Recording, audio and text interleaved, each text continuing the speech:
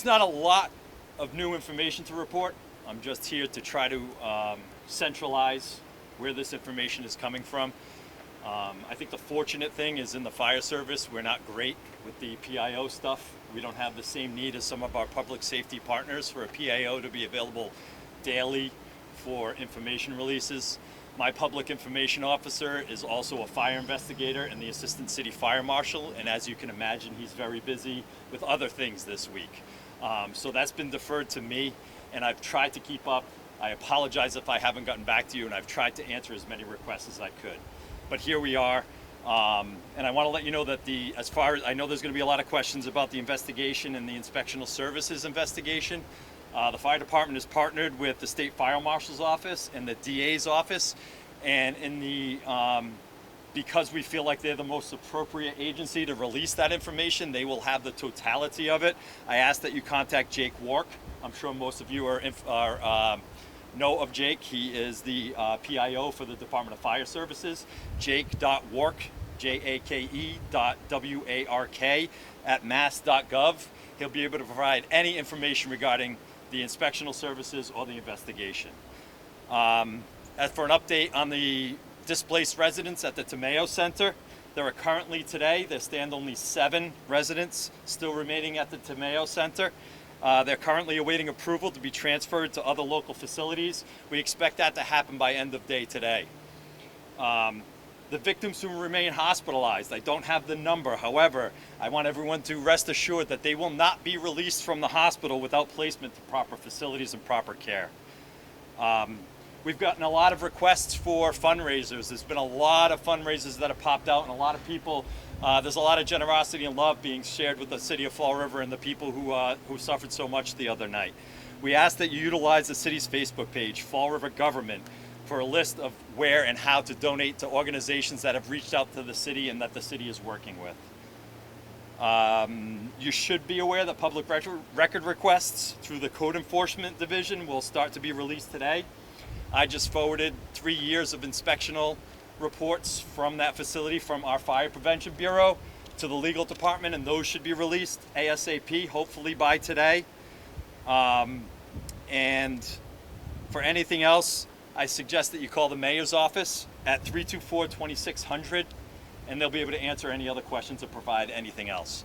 I plan on doing this daily. If there's information, if you want to show up, I'll come out and give you whatever I can get.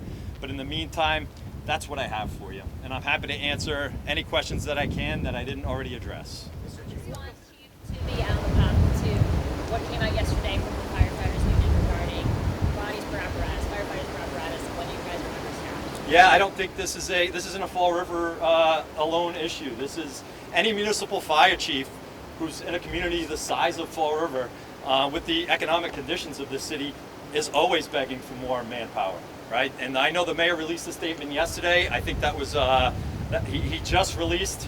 I don't know about the timing, but whether you've read it or not, he just released an updated statement, updating his remarks from yesterday.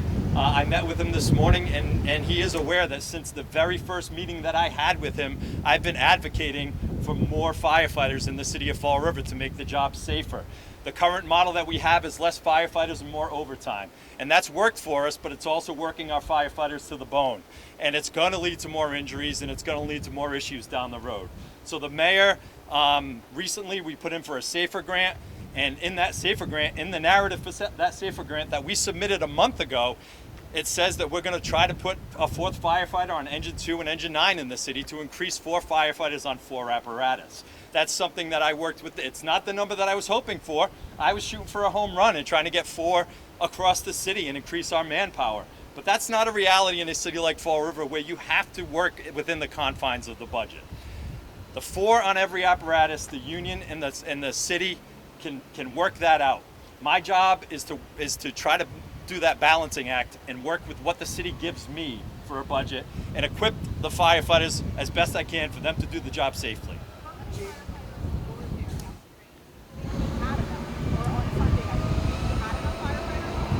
See, that's a trick. You could have had 100 firefighters show up on that scene and it wouldn't have been enough, right? So when you have a scene like that, you can't plan your staffing based on a 40-year worst case incident, right? There's nobody that could do that.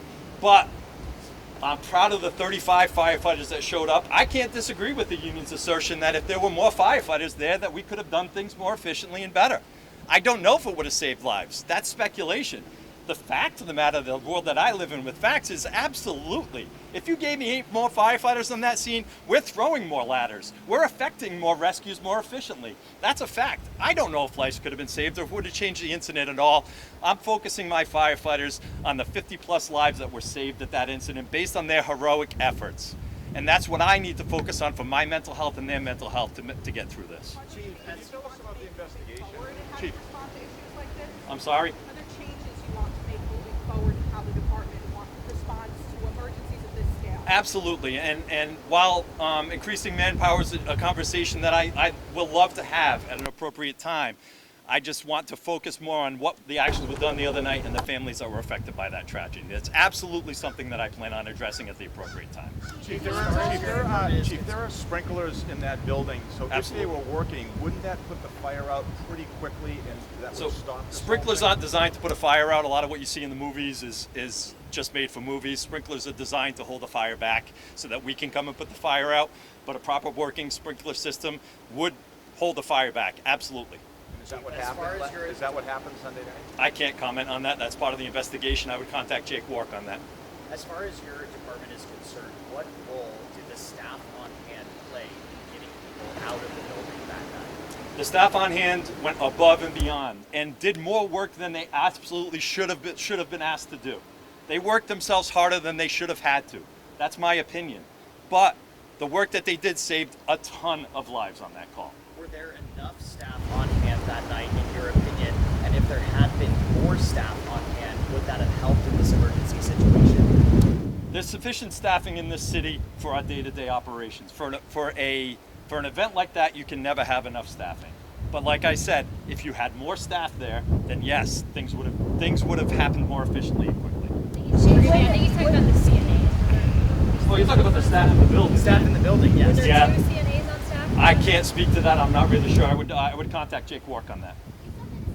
Residents are still yet to be assisted at the Canal Center. Do you know how many have already been relocated to different assisted living facilities? I do not have that number. I'll get that, and maybe we can release that to everybody. I'll get that number. Chief, can you tell us how the emotional situation is with your folks, and what's, if any, supports that you're being given? Yeah, absolutely. So the morning after, before the guys left work at 7:30, peer support was in the stations to kind of just assess what was going on, assess the mood. I think I've said that I encourage all the firefighters on the scene that night to go back to the station and talk about it. I think that's the best thing that they can do and the best way to process it. It's unfathomable. It's not something that they're going to be able to process easily, but we want to make sure they have the tools to be able to do it. So tomorrow that shift is back at work for the first time. We got a lot on their plate to try to start piecing the strategies and tactics from that call together, but also peer support will be there to continue to monitor that situation and see if we can identify people that might need some more help and encourage them to get it. Chief, are your fire inspections, are they focused on the building, or do you work with the staff? Do they also need to be drilling? Is there an evacuation plan? And did you find that was lax in these inspections? No, I think that our inspections require them to have an evacuation plan and fire drills, and we would hold them to that and hold them to giving us dates when those were performed. The nature of the building at that, were there any windows that were permanently locked, or the trickiness of? I would say that's going to be part of the inspectional services report, and I would contact Jake Wark on that. Where in the building were the deceased victims located? My understanding is they were throughout the building, mainly focused on the east side, but throughout the building. Is there any reason for that? Just location of the fire and smoke. Okay. Yep. And do you know exactly where the fire was sparked? Do you know it was in one wing? Was it a room, a kitchen? Where was it? I would contact Jake Wark on that. Chief, do you know who called 911? Was it residents in the building itself or was it the staff? We're working on getting the 911 tapes. I know that the very first notification was made through the box alarm, through the automatic alarm system. My understanding is that police arrived on scene and gave the next update. I don't know about 911 calls, but that's something that that we're working on getting the tapes and figuring that out. So you said you applied for a grant for 2 firefighters, but a home run would be what? 10 Negative. So firefighters? we applied for a grant for 5. with the understanding that we would be getting 5 firefighters back from an EMS fire truck that is currently staffed. So that would be a 10 firefighters to be able to put a 4th firefighter on engine 2 and a 4th firefighter on engine 9. I've been vocal about that at city council meetings, at my budget hearings, that I think 15 to 20 would have been a home run for a grant. But I also understand that we need to do this in a way that's sustainable once the grant's done. FEMA doesn't want to give you money to hire 20 firefighters and lay off 30 in 3 years when the grant's done.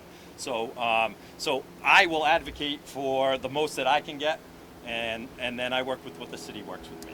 Do you think the city is safe considering the level of staffing right now? Absolutely. How about in terms of, I know you can't talk about the investigation in particular things, but how is the investigation going? How's it proceeding? Can you talk a little bit about what's going on? Yeah, absolutely. So it was a very time-consuming process the night of the fire to interview all of the witnesses. That's the very first stage of the investigation. Once the fire was out, they got to go inside and start to do some of the nuts and bolts stuff with origin and cause. And I think right now, it's really putting together, compiling that information, and really making sense of everything. And that's going to take some time because of the amount of information. So your staff does it? Is it your staff, Chief, or with the... It's my staff in conjunction with the Department of Fire Services. How about estimate how long? I do not know. I would ask Jake Walk. These are all great questions for Jake. In addition to the 35 Fall River firefighters that responded, how many firefighters from surrounding cities and towns responded and helped in a situation like this? Is there more that can be done to bring in outside firefighters? Yeah, absolutely. So we recalled 30 firefighters. So at the peak of the scene, we had 65 firefighters on scene. Obviously, many of them were there too late to effect any rescues.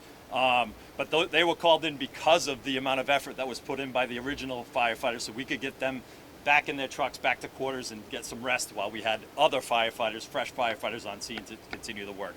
Our mutual aid partners in Fall River, we call in, they do a lot of station coverage for us. We certainly will be looking into whether it was more appropriate for them to go directly to the scene at that fire, but that's something that will come as part of our incident analysis starting tomorrow. What cities and towns did they come from? All the surrounding communities, so Tiverton, Somerset, Westport, I believe Freetown. How about the folks who died? Do you know? Were all smoking relationships? I don't know that. That's Jake Wark again. Do you have a monetary value of how much damage to the building monetary? I do not. Reviewing, contacting other assisted living facilities in the city to, I don't know, fine-tune plans, make sure this doesn't happen again? I think everything's on the table as a result of this, but it's going to take time for us to get to that. You know, we kind of have our plate full right now, and that's probably a function of the legislature and more of a statewide thing, because this any issue that was at that building in Fall River is an issue that's at every one of those buildings in the state. So, Thoughts about that? About whether There should be higher standards? you know, I think I'm an advocate for safety. So anything we can do to prevent something like that happening again from a safety standpoint, I would say should be on the table and discussed. Do you have any update on that one person that's in critical condition on their condition at this time? I do not. I just keep getting the update that they remain in critical condition. One more question. To your knowledge, did the staff on hand at the facility follow protocol to get people out? I don't have their protocol. I'm not prepared to answer that. Thank you, everybody. I'll be back tomorrow.